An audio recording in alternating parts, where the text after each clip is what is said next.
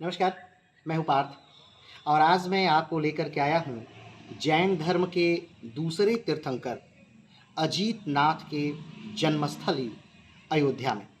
जी हाँ, जैसा कि आप जानते हैं कि अयोध्या जो है वो 5 जैन मुनियों की, जैन ऋषियों की जन्मस्थली रही है, जिनमें प्रथम जैन ऋषि ऋषभनाथ, द्वितीय जैन ऋषि अजीतनाथ, चतुर्थ जैन ऋषि अभिनंदन नाथ, पंचम जैन ऋषि सुमतिनाथ और 14वें जैन ऋषि अनंतनाथ रहे।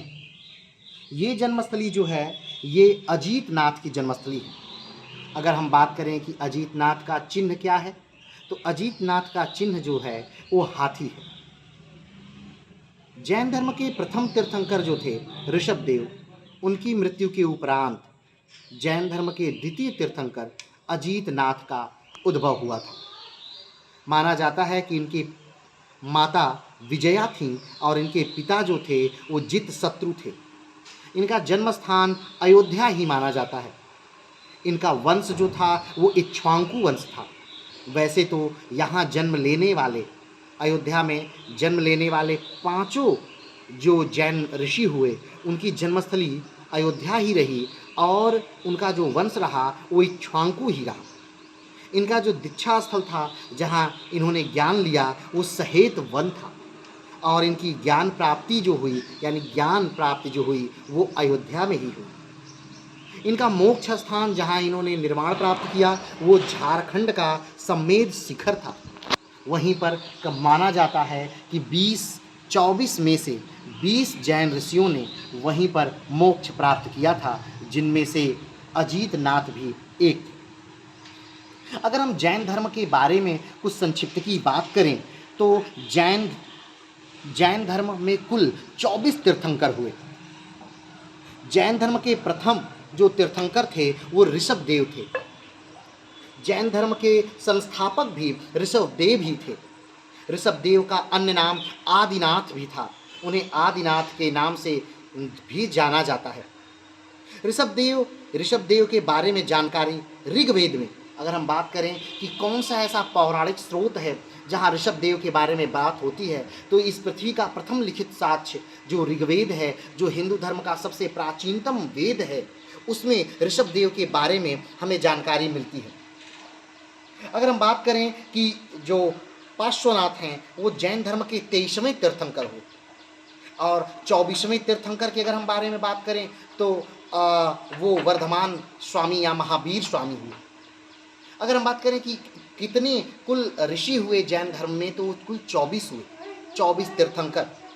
पहले ऋषभदेव, अभिजातनाथ, शंभवनाथ, अभिनंदन नाथ जी, सुमतिनाथ जी, पद्मा प्रभु जी, सुपार्श्वनाथ जी, चंद्रा प्रभु जी, सुविधिनाथ जी, शीतलानाथ जी, श्रेयासनाथ जी, वासुपूज्य जी, विमलनाथ जी, अनंतनाथ जी, धर्मनाथ जी, शांतिनाथ जी, कुथुनाथ जी, अमरनाथ जी, मल्लिकानाथ जी, मुनिव्रतनाथ जी, अमितनाथ जी, अरिनेष्ठिनाथ जी, पार्श्वनाथ जी, वर्धमान महावीर।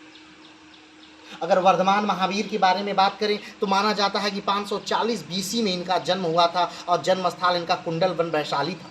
इनकी मृत्यु 668 बीसी हुई। मृत्यु स्थल पावापुरी मल्ल महल था। बचपन का नाम इनका वर्धमान था। पिता का नाम इनके सिद्धार्थ था। माता का नाम इनके त्रिशला था। पत्नी का नाम इनकी यशोदा था। पुत्री का नाम इनके प्रियदर्शनी था। गृह त्याग इन्होंने 30 वर्ष में किया। ज्ञान प्राप्ति इनको आभिक्य ग्राम में हुआ। वृक्ष इनका जो था वो साल वृक्ष था। नदी के किनारे इनको ज्ञान प्राप्त हुआ वो ऋजुपालिका नदी थी। 42 वर्ष में महावीर स्वामी को ज्ञान की प्राप्ति हुई। जैन धर्म में ज्ञान प्राप्ति स्थली को कैवल्य कहा जाता भी है। महावीर स्वामी को निर्ग्रंथ कहा गया है। निर्ग्रंथ का अर्थ है बंधन रहित। महावीर का अर्थ है साधना के प्रति समर्पण। जिन का अर्थ है विजेता। अहर्त का अर्थ है योगी। अगर हम बात करें कि ये त्रिरत्न क्या हैं जैन धर्म के, तो सम्यक दृष्टि, सत्य में विश्वास, सम्यक ज्ञान, वास्तविक ज्ञान, सम्यक आचरण, सुख दुख में समान भाव रखना। महावीर स्वामी निम्नलिखित चीज़ों में विश्वास रखते थे। वो है आत्मा, दूसरा पुनर्जन्म, कर्म, मोक्ष, वर्ण। महावीर ईश्वर में विश्वास नहीं करते थे। प्रथम जैन अगर सभा की हम बात करें तो प्रथम जैन सभा पाटलिपुत्र में 4वीं शताब्दी बीसी में आयोजित किया गया था। इस समय भारत में चंद्रगुप्त मौर्य का शासन हुआ करता था। पहले जैन सभा के अध्यक्ष जो थे वो स्थूल भद्र थे। इस सभा में 12 अंगों का संकलन किया गया। अगर हम स्थूल भद्र के बारे में बात करें या फिर द्वितीय जैन सभा के बारे में बात करें तो द्वितीय जैन सभा का आयोजन वल्लभी गुजरात में किया गया। यह 6वीं शताब्दी ईस्वी में आयोजित किया गया। इसके अध्यक्ष देवधिदेव श्रवण थे। प्रथम जैन सभा और द्वितीय जैन सभा के बीच 1000 साल का अंतर है। महावीर स्वामी ने संघ की स्थापना की जिसमें कुल 11 अनुयायी थे। इनको गंधर कहा गया, यानी जैन परंपरा में गंधर की संख्या 11 थी। इन गंधर में महावीर की मृत्यु के बाद संघ को आगे बढ़ाया। इस संघ के अध्यक्ष सुधर्मण थे। महावीर स्वामी की मृत्यु के बाद गंधर का नेतृत्व सुधर्मण ने किया था। बाद में चलकर जैन गंधर में मतभेद हो गया, जिसका कारण चंद्रगुप्त मौर्य के समय में जैन धर्म 2 भागों में टूट गया। कहा जाता है कि जब मगध साम्राज्य में घनघोर अकाल पड़ा था तब स्थूल भद्र और अपने सेवकों के साथ वहीं रह गए और जो यहाँ के लोग थे यानी कि जो मगध के जैनी थे वो वस्त्र पहनना शुरू कर दिए। स्थूल भद्र के नेतृत्व में श्वेतांबर और भद्रबाहु के नेतृत्व में दिगंबर का निर्माण हुआ। जैन धर्म का विभाजन की बात करें तो जैन धर्म 2 भागों में बटा हुआ है, एक श्वेतांबर एक दिगंबर।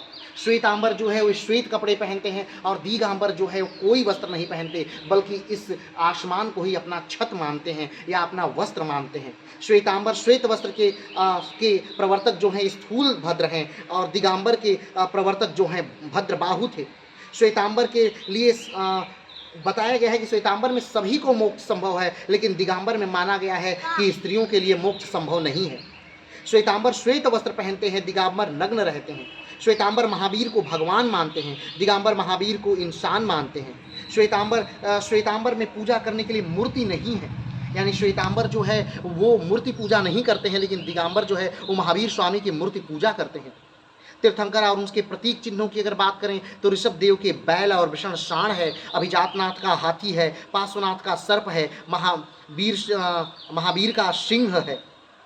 चंद्रगुप्त के समय में मगध में 12 वर्षों का अकाल पड़ा। इस अकाल में भद्रबाहु अपने जैन मतावलंबियों को लेकर दक्षिण भारत यानी श्रवणबेलगोला कर्नाटक चले गए। जब भद्रबाहु दक्षिण से लौटे तो उन्होंने देखा कि मगध में जैन धर्म बदल रहा है। इन बदलाव वाले जैन धर्म का नेतृत्व स्थूल भद्र कर रहे हैं। रूढ़िवादी जैन धर्म का नेतृत्व भद्रबाहु कर रहे थे। जैन धर्म का प्रचार प्रसार प्राकृतिक भाषा में किया गया। जैन धर्म के साहित्य की रचना अर्ध मगधी में किया गया। जैन धर्म के प्रमुख साहित्य की बात करें तो अंग जैन सिद्धांत, उपांग अंग विस्तार, प्रकीर्ण ग्रंथों का वर्णन, छेद सूत्र भिक्षुओं के लिए नियम, मलमूत्र भिक्षुड़ियों के लिए नियम, मूल सूत्र भिक्षुड़ियों के लिए नियम, भगवती सूत्र महावीर के जीवन चरित्र का वर्णन, कल्पसूत्र की रचना भद्रबाहु ने की थी। जैन धर्म का प्रारंभिक इतिहास कल्पसूत्र में ही है। सभी जैन साहित्य को आगम कहा जाता है। कला निर्माण में भारत में 2 प्रकार के कला का विकास हुआ, गंधार कला और मथुरा कला।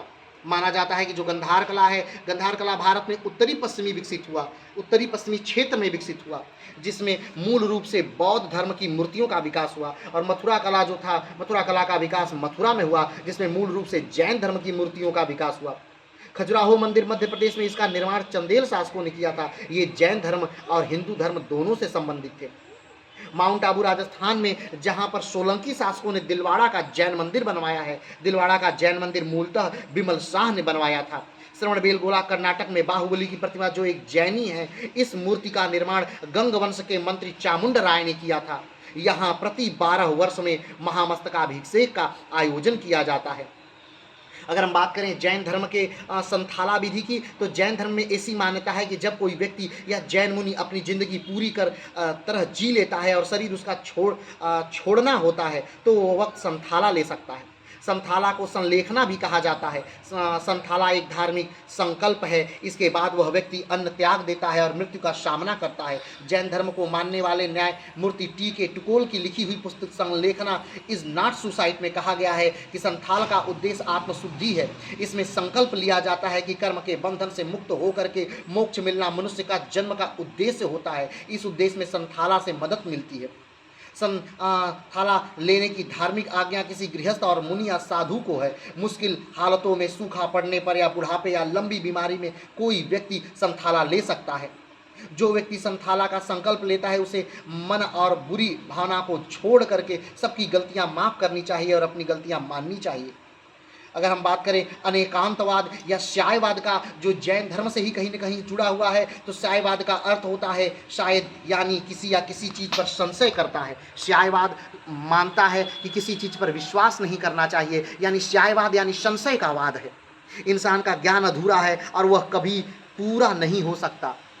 यानी कि सायवाद कहता है कि जो इंसान है उसका ज्ञान अधूरा है और वो कभी पूरा नहीं हो सकता और वो हमेशा संशय बताता है। सायवाद कहता है कि किसी भी वस्तु में अनंत गुण होता है। मनुष्य सीमित समय में ही सीमित क्षमता के कारण किसी वस्तु के सभी गुणों को नहीं समझ सकता। व्यक्ति किसी वस्तु के जितने गुणों का जान लेता है वही गुण पूर्ण मान लेता है और यही लड़ाई की जड़ बन जाती है। सायवाद का अगर हम उदाहरण की बात करें तो एक अंधा आदमी एक हाथी की सूंड छूकर बताता है कि वह अजगर है। दूसरा अंधा आदमी हाथी के पैर छूकर बताता है कि वह खंबा है। तीसरा अंधा आदमी हाथी के पूंछ को पकड़कर कहता है कि वह रस्सी है। चौथा अंधा आदमी हाथी के कान छूकर कहता है कि यह पंखा है और पांचवा अंधा आदमी हाथी के पेट छूकर कहता है कि यह दीवार है। क्यों? क्योंकि सायवाद ये कहता है कि किसी चीज़ पर विश्वास नहीं करना है। ये पृथ्वी बहुत बड़ी है, ज्ञान बहुत बड़ा है और आदमी कभी उसे पूर्ण नहीं कर सकता। तो ये जैन धर्म की संक्षिप्तकी थी और आज हम लोग जहाँ आए थे हमने बताया ये जैन धर्म के द्वितीय तीर्थंकर अजीतनाथ का जन्मस्थल है जो अयोध्या में है।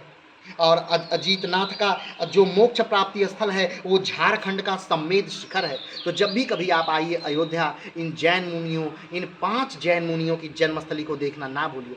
तो आज के लिए इतना ही, फिर मिलते हैं एक नए वीडियो के साथ, एक नए स्थान के साथ। तब तक के लिए नमस्कार, धन्यवाद, जय हिंद।